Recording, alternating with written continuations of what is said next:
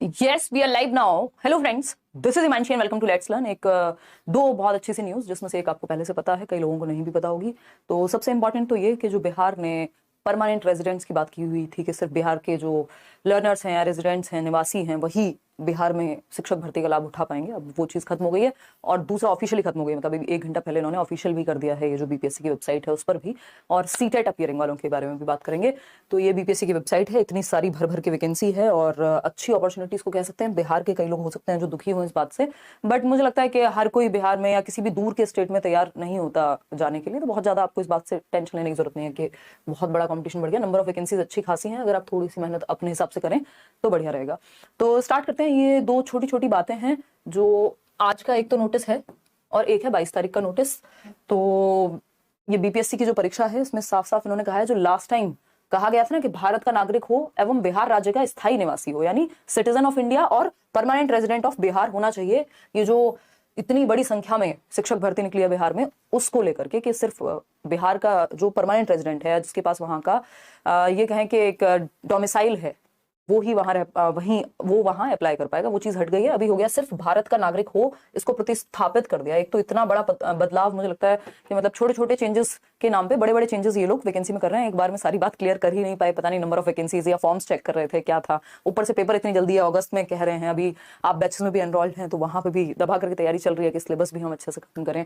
तो ये बात एकदम क्लियर हो गई है कि जो 30 मई को विज्ञापन प्रकाशित हुआ था उसमें ये प्रतिस्थापन कह लीजिए आप इसको, या इसको अमेंडमेंट कह लीजिए, संशोधन कह लीजिए, कि अभी आप इंडियन सिटीजन हैं, यानी भारत के 28 राज्य और जो यूनियन टेरिटरीज हैं 8 जो आपके, उनमें से कहीं से भी आप, यानी पूरे भारत में से कहीं भी आपकी सिटीजनशिप है तो आप इस फॉर्म को अप्लाई कर सकते हैं। दूसरा, जो सीटेट को लेकर के टेंशन थी जिन लोगों को कि जिनका सीटेट अभी हुआ नहीं है, अपियरिंग में है इस बार, वो लोग भी फॉर्म फिल कर पाएंगे। ये तो इन्होंने कई दिन पहले बता दिया था, इस पे अलग से चर्चा हमने नहीं की थी, बट आप लोग कमेंट्स करके, मेल करके ये चीज पूछ रहे थे।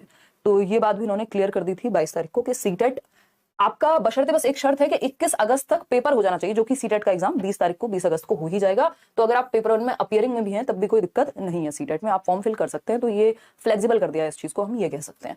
ठीक, तो एक बेसिक सी बात हो गई। और जब आप नौकरी लेने जा रहे होंगे तो उस टाइम पे आपको सर्टिफिकेट आपके पास होना चाहिए, वो हो ही जाएगा। तो बेसिकली आपको टेंशन नहीं है अगर आप सीटेट अपियरिंग में हैं, या फिर आप, ये तो हमारी चर्चा हुई क्लास की, या तो आप सीटेट अपियरिंग में हैं तब भी आप बीपीएससी टीचर के लिए फॉर्म फिल कर सकते हैं आराम से, कोई टेंशन वाली बात नहीं है देश भर से।